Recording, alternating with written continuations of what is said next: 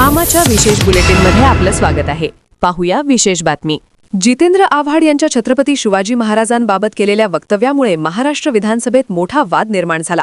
धर्मस्वातंत्र्य विधेयकावर चर्चा सुरू असताना त्यांच्या विधानावर सत्ताधारी आमदारांनी तीव्र आक्षेप घेतला आणि सभागृहात गोंधळाचे वातावरण निर्माण झाले। मुख्यमंत्री देवेंद्र फडणवीस यांनी धर्मस्वातंत्र्य विधेयक सभागृहात मांडल्यानंतर त्यावर चर्चा सुरू होती। यावेळी बोलताना जितेंद्र आव्हाड यांनी छत्रपती शिवाजी महाराज यांच्या राज्याभिषेकाबाबत केलेल्या उल्लेखावरून सत्ताधारी पक्षाचे आमदार संतप्त झाले। आता तर तुम्ही मूळ गाभ्यालाच हात घातलाय। महाराष्ट्र कधी सण करणार नाही। हा फुले शाहू आंबेडकरांचा महाराष्ट्र आहे। हा सावता माळ्याचा महाराष्ट्र आहे। आणि जेव्हा जेव्हा त्यांचा छळ झाला तेव्हा तेव्हा त्या छळाच्या विरोधात जाऊन इथल्या एका मोठ्या समूहाविरुद्ध ते उभे राहिले, लढले, झगडले आणि मोठे झाले। शंभूराजे की त्यांनाच राज्याभिषेक करू दिला नव्हता। त्यांचा राज्याभिषेक करताना त्यांचं कुंकुम टिळक अंगठ्याने केलं, पायाच्या अंगठ्याने। छत्रपती शिवाजी महाराजांचा राज्याभिषेक याचा उल्लेख करताना कुठल्या पुस्तकात काय लिहिले, पायाच्या अंगठ्यानं टिळक लावला, हे पहिल्यांदा आम्ही इतिहासातला ऐकतोय। हा छत्रपती शिवाजी महाराजांच्या संदर्भातला जे वक्तव्य त्यांनी केले ते काढून टाका, काढून टाका अध्यक्ष महाराज, ते पटलावरनं काढून टाका। या ठिकाणी सन्माननीय सदस्य जितेंद्र आव्हाड साहेब त्यांच्या भावना व्यक्त करत असताना त्यांनी या भारताचं, महाराष्ट्राचं दैवत छत्रपती शिवाजी महाराजांचा घोर अपमान त्या ठिकाणी केलेला आहे। अध्यक्ष महाराज, छत्रपती शिवाजी महाराजांचा तिलक कोणाच्या पायाने केला? अध्यक्ष महोदय, महाराष्ट्रामध्ये हे बिलकुल चालणार नाही। त्यांना कोणाचं लागून चालन करायचं असेल ते त्यांना लगभाग हो। अध्यक्ष महोदय, प्रत्येक समाजामध्ये अनेक चांगल्या वाईट प्रवृत्ती काही काळापूर्वी होत्या, परंतु अध्यक्ष महोदय त्यांच्या सोयीप्रमाणे त्यांनी एखादा शब्द असाही बोलायला पाहिजे होता की आजही काही समाजांमध्ये 10 पत्नी केल्या जातात, त्यांच्यावर त्यांचं तोंड उघडत नाही, त्याच्यावर ते भाष्य करत नाही। हे संविधानामध्ये लिहिलेलं आहे का अध्यक्ष महोदय? आणि छत्रपती शिवाजी महाराजांचा अपमान करण्याचा त्यांना कोणी परवाना दिलाय? अध्यक्ष महोदय, त्यांनी माफी मागितली पाहिजे।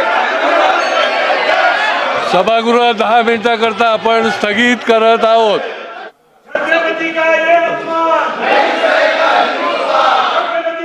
बसून घ्या। मला काही विषय वाढवायचा नाही।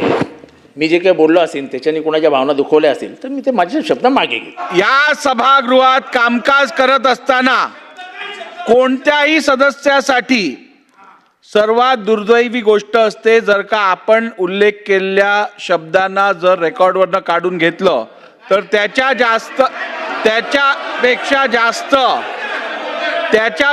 जास्त त्याच्यासाठी दुःखद ही गोष्ट होऊ शकत नाही। जो छत्रपती शिवाजी महाराजांसंदर्भातला उल्लेख केला त्या संदर्भात मी त्यांना या सभागृहाची दिलगिरी व्यक्त करण्यासंदर्भात निर्देश देतो। आपण कृपया सभागृहाची दिलगिरी व्यक्त करून माफी मागावी।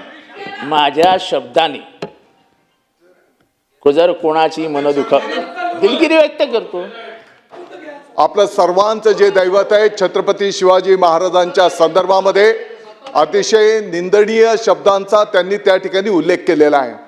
अध्यक्ष महोदय, या देशामध्ये छत्रपती शिवाजी महाराजांच्या पेक्षा कोणीही मोठं होऊ शकत नाही।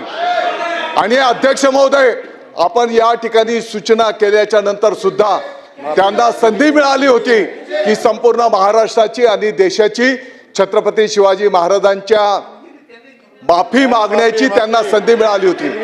तरी पण अध्यक्ष महोदय त्यांनी त्या संधीला पण ठोकारलाय। तुम्हाला निर्देश द्यावे लागले अध्यक्ष महोदय, हे बिलकुल महाराष्ट्र सहन करून घेणार नाही। आणि म्हणून ज्या पद्धतीने त्यांनी अशब्द वापर केलेले आहेत, माझी आपल्याला विनंती असणार आहे की त्यांना सभागृहातून निलंबित करण्यात यावं। अध्यक्ष महोदय, तरी पण हातवारे करणं आणि आमच्यावर उपकार करतात असे जे काय ते दाखवतात अध्यक्ष महोदय, उद्या काय हे लोकांना कोणाच्या त्या औरंगजेबाला खुश करण्यासाठी त्या टिप्याला खुश करण्यासाठी हे कार्यक्रम करतायत का? मग अध्यक्ष महोदय आपल्याला मी विनंती करतो, अध्यक्ष महोदय यांना पहिले निलंबन करा अध्यक्ष महोदय इथून, नाहीतर अध्यक्ष महोदय उद्या हे काही बोलत जातील आणि इथे काय छत्रपती शिवाजी महाराजांबद्दल बोललेत अध्यक्ष महोदय, हे कोण लहान सहान व्यक्तीबद्दल नाही बोललेत आणि तरी पण यांचे हातवारे बघा, फोनवर बोलतायत ते. आमच्यावर काय उपकार करतायत का? एवढं बोलायचं ना, जाऊन बोला ना त्या टिपे आणि औरंगजेबाबद्दल. ठीक आहे, चला. जाऊन आम्ही काय बोलणार? पण ठीक आहे. पहिले हे ना अध्यक्ष महोदय निलंबित बसा. करा अध्यक्ष महोदय.